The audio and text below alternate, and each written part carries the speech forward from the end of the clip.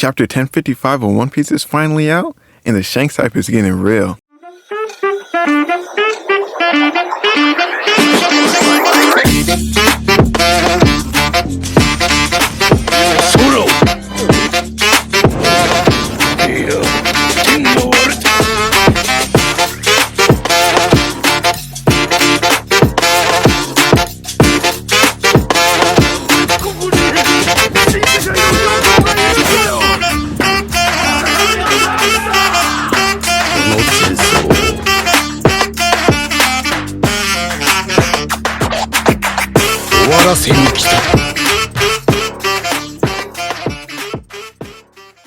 So we start this chapter right back where we left off, with Momo, Yamato, and the Scabbards fighting against Green Bull.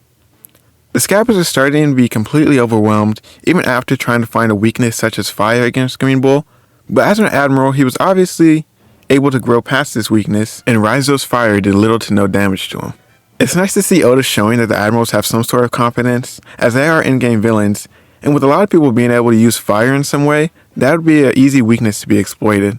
Yamato offers to get the Straw Hats, but Momo refuses, as he wants to show that the people in Wano will be safe and able to protect themselves once Yamato and the rest of the Straw Hats leave Wano. So this was the reason that he's been telling Yamato to not fight as well. Something kind of funny I noticed was that Momo mentioned Luffy and Zoro by name and then just said the rest of them. He said Luffy, Zoro, and the rest of them. He was saying that when he was saying the people who's helped him out. And it's funny because you can say, oh yeah, that everyone else didn't really help him out. But I think more it goes to show that he's formed a relationship with Luffy and Zoro more than the others. Because realistically, we haven't seen him have any one-on-one time with anyone besides Luffy and Zoro. And they've definitely had the most impact on him and helped him grow the most throughout this arc. And honestly, throughout the whole new world, because we've had them ever since Punk Hazard. But after telling Yamato all this, Momo's obviously emotional, and he actually is finally able to use the blast breath in a comparable way to Kaido. It obviously wasn't as powerful as Kaido's best blast breath, but he was able to punch a hole through Green Bull's tree form, and it seemed like he was actually able to surprise and catch Green Bull off guard with it. Momo sets fire to all of Green Bull's forest and forces him to have to reappear as a sapling, and this obviously angered him, and Green Bull decides that he's going to take him seriously and actually defeat them here and now, instead of giving them a chance by just giving them Luffy. But before this can happen, we see Black Lightning coming from outside of Wano. Green Bull instantly recognizes this as Conqueror's Haki, and is even able to recognize it as the Red Hair Pirates.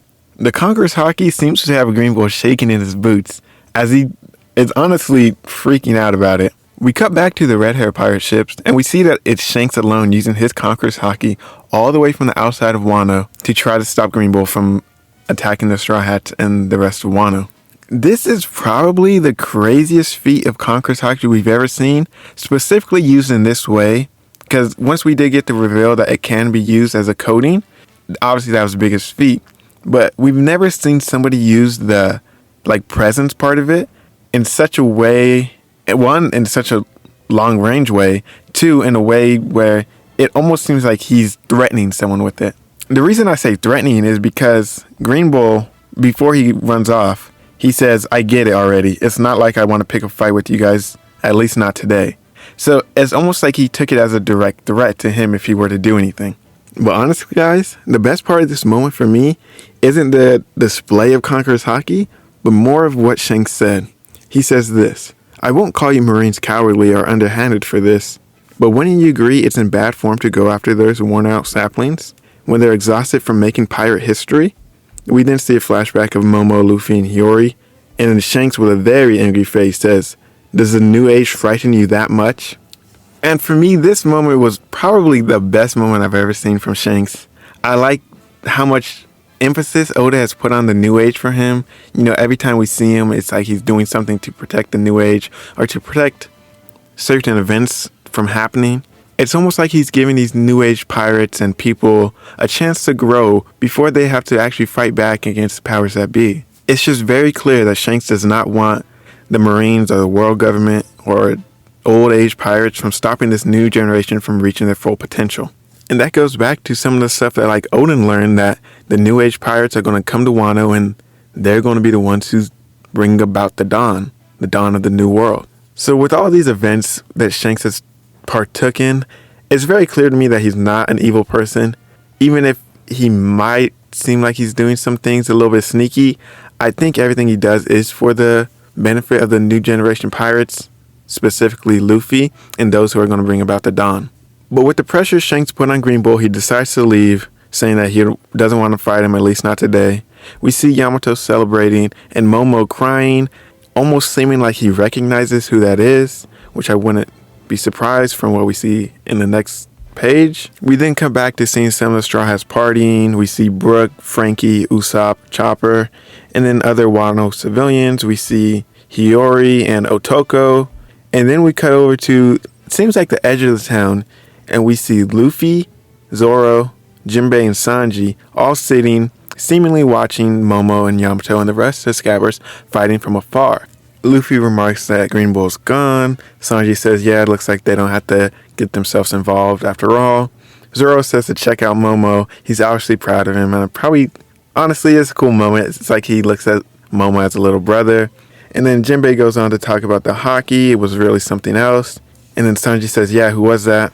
And Luffy seems to recognize who that was. Maybe not specifically, but he said a familiar face popped in his head. So he's definitely seen Shanks, and he definitely knows Shanks stopped by, maybe to help them in Wano a little bit. And this panel of Luffy smiling about it is just really pure. It's like he was brought back to his childhood days. He looks like he's almost younger in this panel, and it's just really cool to look at, and it just hypes me up for when or if they actually meet in the future. We see a panel of Shanks' ship, and it seems like they might be leaving now and going to do whatever they set out to do.